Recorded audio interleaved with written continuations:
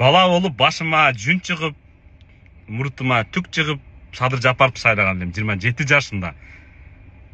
Москвада эчкин эже деп, текени жезде деп кыйналып көп мигранттар жүрөт, урматтуу Садыр Жапаров.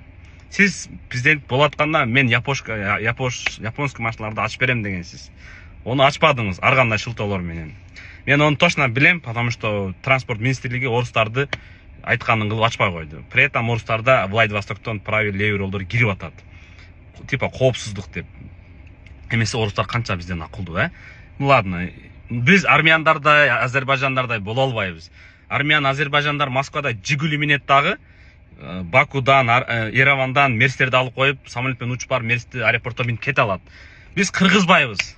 Bizde bitta Solaris болот, чириген, пробеги 700-800 мың түдүлүп кеткен. Же Optima, же K5 болот, же Toyota болот, оям лизингке келип калган арзан убакта.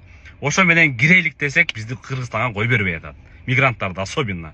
Ошону киргизип койсоңор. Урматтуу президенттин пресс катчысы Дайырбек мырза, журналисттерди коркутуп, аны-муну деп атасыңар да.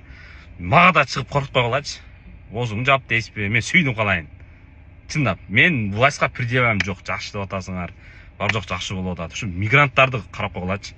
Мигранттар өзүчө кыйналып кетти өзүчө. Бу жерде үйү бар, жайы бар деле бактылуу эмес. Граждансыз балдар коркуп жүрөт, ушкап кетип калат деп. Үйү жоктор итак эле коркуп жүрөт, граждансыз жоктор. Эр катын бирөө гражданин, бирөө не гражданин качан депорт болот экен деп катыны коркуп жүрөт. Балдарым нерде, баары киргизде эле. Бу жерде эч ким бактылуу эмес, жыргагандан жылкычы болбой атат. Урматтуу президент, урматтуу бийлик өкүлдөрү. Ушу биздин бир чириген Солярistарыбыз бар, Kia-Rio'лорубуз бар. Ошолорго жол ачып берип койсоңор. Кышта 1 ай, жазда 3 айга кирип чыгып кетебиз. Бул Солярistта эч кандай зыян жок. Сасык орустарды ташыйбыз бул машинада. Инвалидтерди ташыйбыз. Анча-мынча ити менен ташып коебуз. Перевозка животным деп болду. Ошол эле. Кыйын жери жок. Уят болуп атабыз, Беларусь, Армениянын астында алар кирип чыга берет экен. Биз кире албай калат экенбиз. Кантип эле?